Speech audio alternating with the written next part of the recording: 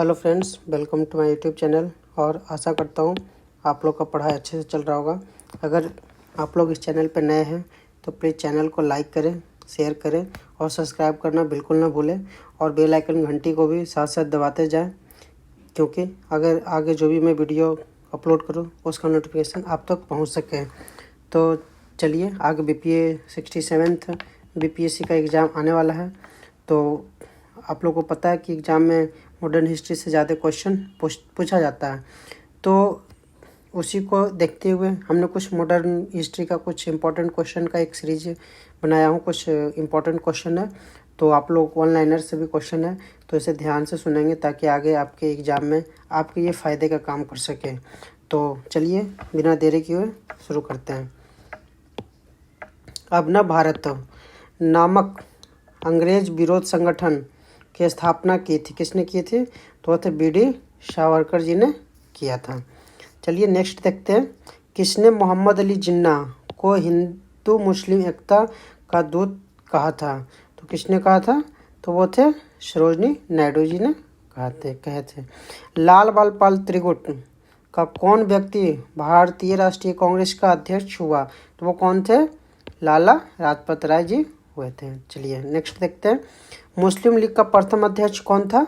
तो वो आगा खां थे। चलिए गीता रहस्य नामक ग्रंथ किसके द्वारा लिखा गया? तो वो बाल गंगाधर तिलक जी के द्वारा लिखा गया। कौन सा नेता कांग्रेस के गर्म दल से संबंधित था? तो वो अरविंद घोष जी संबंधित थे। कामागाटा मारू क्या है? तो वो कनाडा का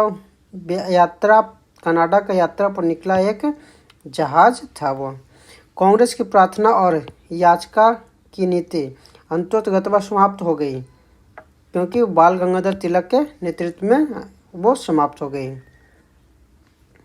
वह कौन था जो काकोरी षड्यंत्र कांड में फांसी की सजा से बच गया था? तो वो कौन थे?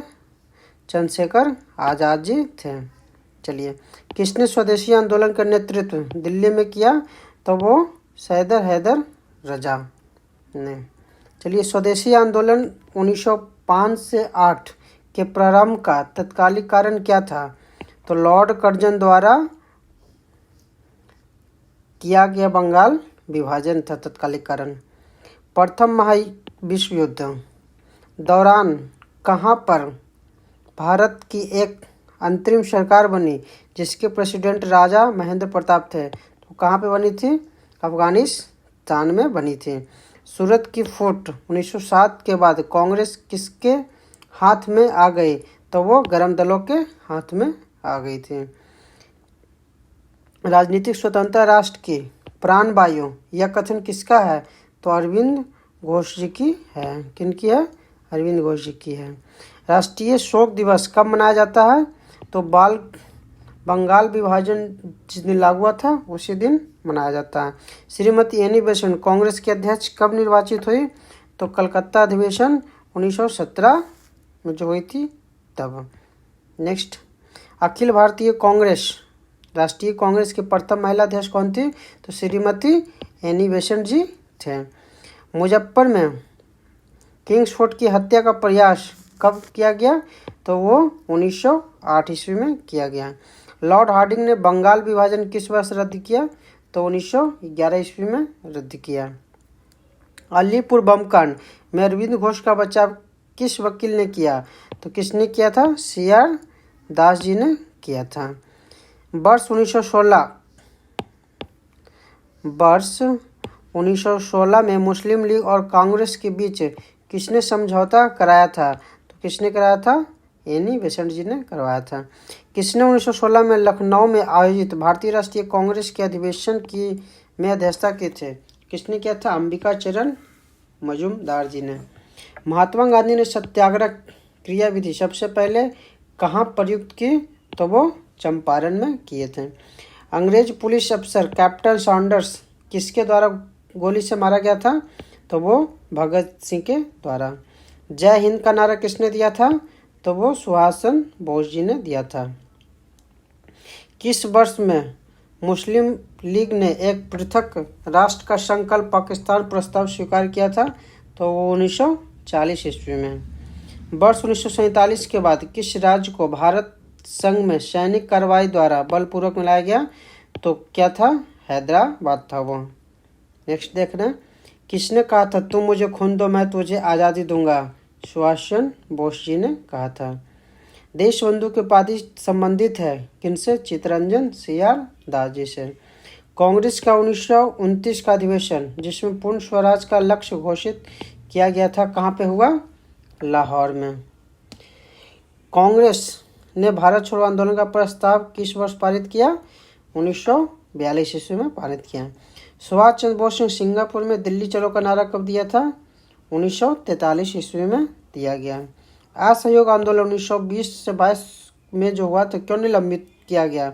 तो वो निलंबित किया गया था चौरी चौरा कांड, जो हिंसा हुई थी घटना, उसी के कारण निलंबित कर दिया गया था। वर्ष 1919 में जलियांवाला बाग हत्याकांड कहाँ पे हुआ था? तो वो अमृतसर में हुआ था।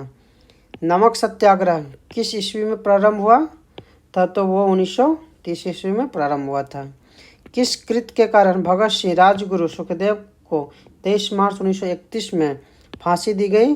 तो वर्ष 1928 में लाहौर में सॉन्डर्स की हत्या के कारण इन्हें फांसी दिया गया था। चलिए नेक्स्ट देख रहे हैं क्वेश्चन। किस अधिनियम के तहत बिना मुकदमा और दोष सिद्धि के ही विधि न्यायालय ने किसी भी व्यक्ति को कैद करने का प्राधिकार सरकार को दिया था? तो रॉलेट एक्ट वो नियम था वर्ष 1919 में जो आया था उसके तहत। गांधी इरविन समझौता 5 और 1931 को किससे संबंधित है? तो वह सविनय अवज्ञा आंदोलन से संबंधित है। स्वतंत्र भारत के प्रथम महाराजपाल यानी गवर्नर जनरल कौन थे? तो वो थे लॉर्ड माउंटबेटन जी।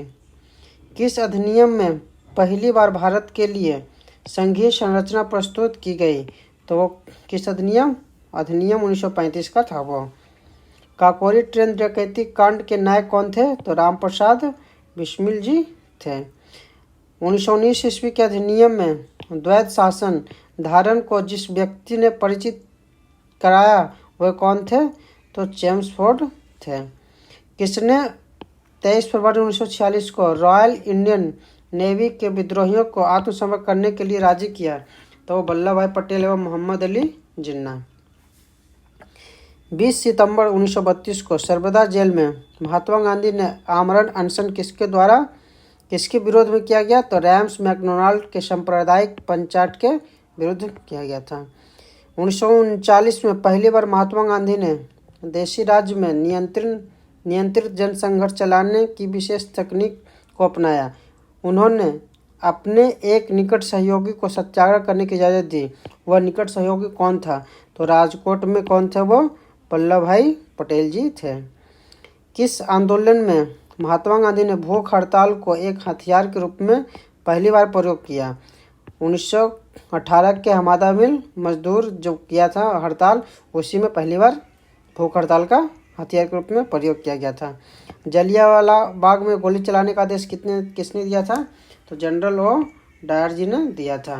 तो ये आज के लिए इतना ही। नेक्स्ट कल देखते हैं और सारा वीडियो, इसमें और सारे भी क्वेश्चन है तो वो कल करेंगे, नहीं तो वीडियो लंबी हो जाएगी।